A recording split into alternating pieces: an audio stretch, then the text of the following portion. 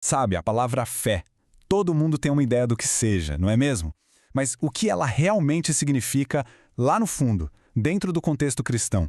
Será que é só um sentimento que vem e vai? Hoje a gente vai mergulhar na virtude da fé para entender a sua base, seus maiores exemplos e também os desafios que a colocam à prova. Vamos começar com a pergunta que talvez seja a mais comum de todas. Afinal, fé é só um sentimento? Porque, vamos combinar, é fácil pensar assim, né? Aquele arrepio, aquela inspiração no momento de oração, ou aquela força que aparece do nada numa dificuldade. Mas será que a fé se resume a isso? A resposta, como esse iceberg aqui sugere bem, é um sonoro não. É muito, mas muito mais. O sentimento, na verdade, é só a pontinha que a gente consegue ver. O que nós vamos explorar juntos é essa base imensa, submersa, que sustenta tudo. Então, para entender essa base, a gente precisa ir direto à definição.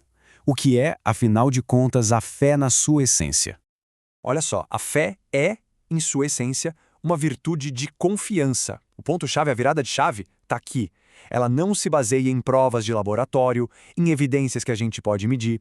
O fundamento dela é a autoridade e a confiabilidade de quem fala, o próprio Deus. É uma adesão total à verdade, simplesmente porque foi Ele quem a revelou. E essa passagem famosíssima de Hebreus resume isso de um jeito perfeito. Quando diz fundamento, quer dizer que a fé dá peso, dá realidade às nossas esperanças. E prova significa que ela nos dá uma certeza sobre coisas que os olhos ainda não conseguem ver. A fé funciona como se fosse uma ponte entre o que a gente já sabe e aquilo que ainda não vê. Isso mostra que a fé não é um ato cego, um salto no escuro de qualquer jeito. Pelo contrário, ela envolve a pessoa por inteiro. A inteligência, que reconhece a verdade, a vontade, que decide livremente dizer sim a essa verdade, e tudo isso só é possível por causa de um impulso inicial, um presente, a graça de Deus. No fundo, a fé é sempre uma parceria, é um diálogo. Deus estende a mão primeiro, Ele oferece o dom, e o ser humano, com total liberdade, pode escolher responder. É nesse encontro entre a oferta divina e a resposta humana que tudo acontece. Bom, mas como é que essa fé funciona na prática, no mundo real? A melhor maneira de entender é olhar para os modelos, para aquelas pessoas que viveram essa confiança de uma forma radical. E o grande modelo bíblico da fé, sem dúvida, é Abraão.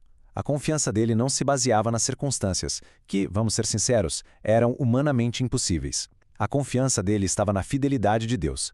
Ele estava totalmente convencido de que a promessa de Deus era mais real que a sua própria realidade. E aqui a gente vê o quão radical foi a fé dele. Pensa um pouco nisso. Deus o chama, mas não dá um mapa. Não oferece nenhuma garantia. Não apresenta um plano de negócios. Não tinha nada disso. Havia apenas uma ordem e uma promessa. A obediência de Abraão se baseou unicamente na confiança em quem o chamava.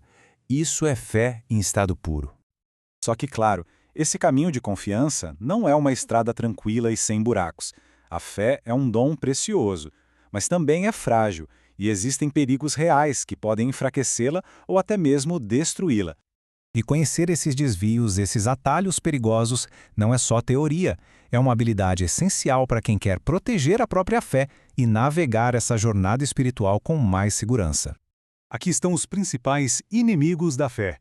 A incredulidade é um não direto a Deus. A heresia é mais sutil.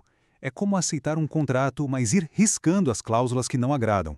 A apostasia é quando se rasga o contrato inteiro e vai embora.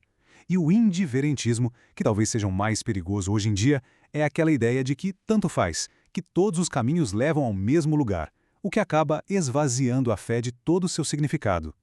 Agora, um ponto crucial para qualquer pessoa que já sentiu a fé balançar. Existe uma diferença enorme entre os tipos de dúvida. Ter uma dúvida involuntária, uma dificuldade em crer que surge, é normal. É uma provação, uma tentação a ser combatida, mas não é pecado. O problema de verdade é a dúvida voluntária, quando a pessoa escolhe ativamente cultivar a desconfiança em vez de buscar a verdade. E isso nos leva a um dos testes mais difíceis no caminho da fé. Um período que muitos santos chamaram de a noite escura. Esse grito desesperado, rezado pelo próprio Cristo na cruz, é a expressão máxima do que uma crise de fé pode parecer. Um sentimento avassalador de abandono, um silêncio profundo onde antes parecia haver a presença de Deus. Mas é fundamental entender o que essa crise realmente é. Como o slide mostra, não é um castigo ou o fim da fé. Pelo contrário, muitas vezes é um processo de purificação, como o ouro que é passado pelo fogo. Deus permite essa secura para que a nossa fé se apoie nele de verdade, e não nos sentimentos bons que a fé pode trazer. Ele retira as consolações, mas nunca, jamais, a sua presença e a sua graça. Então, como se navega essa escuridão? A orientação dos mestres espirituais é clara: perseverar, continuar rezando, mesmo que pareça que se está falando com as paredes. Apegar-se à palavra de Deus, que é uma rocha firme quando as emoções são um mar revolto. Buscar os sacramentos, onde a graça age de forma objetiva, sem depender do nosso humor. E, acima de tudo, abraçar a humildade, reconhecendo a nossa total dependência de Deus. E qual é o resultado para quem atravessa essa prova e permanece fiel? O que nasce do outro lado dessa purificação? O fruto, como essa árvore mostra, é uma fé com raízes muito mais profundas e fortes. Uma fé que não é mais abalada pelos ventos dos sentimentos ou das circunstâncias, porque ela se apoia unicamente em Deus. O amor se torna mais puro e a confiança inabalável. A pessoa emerge da crise com uma base de rocha. No final, a jornada da fé é exatamente isso: um bom combate, uma corrida que exige confiança na partida, resiliência nos obstáculos e coragem para atravessar as noites escuras. O grande prêmio, ao final de tudo, é poder olhar para trás e dizer com convicção: eu guardei a fé.